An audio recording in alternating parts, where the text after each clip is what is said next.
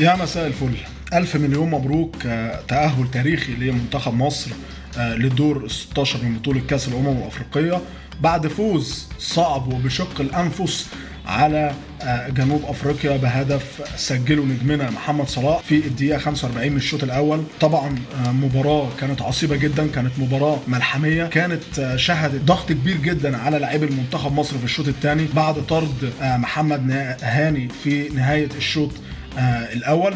شفنا شوط عالمي لمنتخب مصر، قدمنا فيه كرة جميلة جدا، كنا الطرف الافضل في المباراة، وكنا قريبين جدا من التسجيل من بداية المباراة في اكتر من محاولة عن طريق صلاح ومرموش. نجحنا الحمد لله ان احنا نسجل هدف قبل نهاية الشوط من ضربة جزاء شايفها صحيحة ومستحقة جدا. لكن بعد الهدف الموضوع اتقلب تماما بعد طرد محمد هاني، واللي شايفه طبعا طرد متهور جدا. محمد هاني المفروض ان انت لعيب دولي بتلعب في منتخب مصر والنادي الاهلي، ما ترتكبش الخطأ ده، معاك انذار. للاسف بتتدخل بعنف على مكوينة لاعب جنوب افريقيا، وبتتسبب في ان منتخب بلدك بيلعب اكتر من 50 او 60 دقيقة ناقصين لاعب ومحطوطين تحت ضغط كبير جدا جدا. الشوط الثاني شفنا شوط مغاير تماما، شفنا استحواذ وخطوره كبيره من منتخب جنوب افريقيا اللي كثف من هجومه من الطرفين اليمين والشمال ومن العمق، وشفنا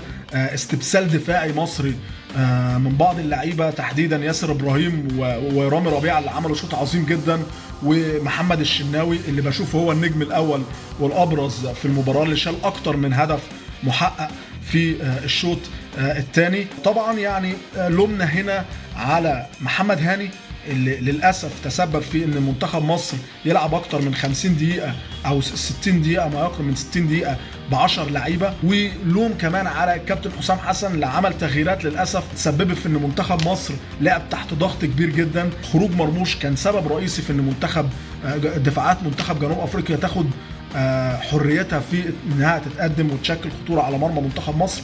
كنت اتمنى خروج تريزيجيه اللي شفناه تراجع بشكل كبير على المستوى البدني مع مرور الوقت في الشوط الثاني. كنت شايف ان مرموش يقدر يقف على الكرة ويقدر يهاجم ويقدر يدي الاستحواذ شويه لمنتخب مصر ويشكل خطوره مع محمد صلاح. طبعا غير التغييرات اللي بعد كده شفنا ان هو دفع بمهند لاشين ومحمد شحاته في نص الملعب، وعمل تكتل كبير في نص الملعب بوجود مهند لاشين ومحمد شحاته وحمدي فتحي ومروان عطيه، 4 لعيبه في نص الملعب.